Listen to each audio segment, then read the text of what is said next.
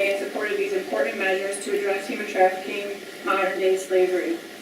Human trafficking takes many forms and impacts an untold number of people within our state, both U.S. citizens and foreign nationals, used for sexual exploitation and forced labor.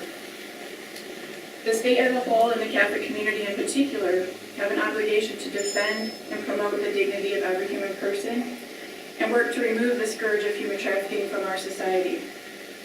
This is not just an international issue. It is an existing problem within our state. The Catholic Church and many of its highly regarded social service agencies have an extensive history of showing compassion for and providing assistance to victims of human trafficking, both in Michigan and throughout the country. Having contacted just a few of our agencies in the state, I became aware of a number of instances where Catholic Charities have assisted victims of human trafficking throughout many portions of the state. For example, some in the area of Ann Arbor, some in Saginaw, some in Kalamazoo, and some right here in Lansing.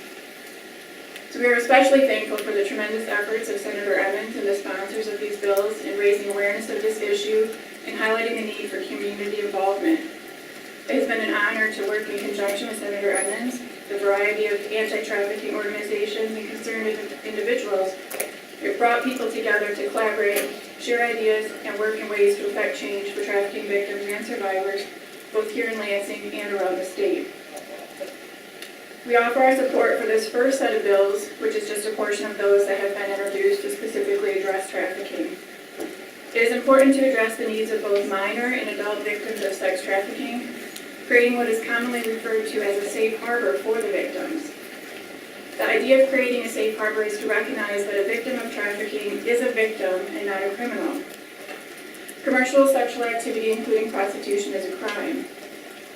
Yet this legislation recognizes that minors, those under 18 years of age involved in commercial sexual exploitation, are in fact victims. It seeks to remove the minor from the crime and the likelihood of a cycle of abuse by placing the child into the care of the Department of Human Services. DHS will then seek to ensure either family reunification if appropriate or adoption, and that the child gains access to critical social services, including specific counseling appropriate for minor victims of human trafficking.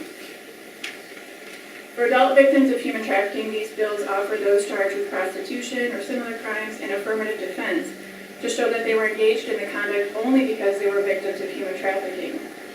For those adults who have already been convicted, this legislation also allows for a conviction to be set aside when one is a victim of human trafficking. The goal is to treat criminals as criminals and victims as victims, while recognizing the special circumstances and needs of victims in these situations. It is imperative that we end modern-day slavery in order to uphold the dignity of each individual.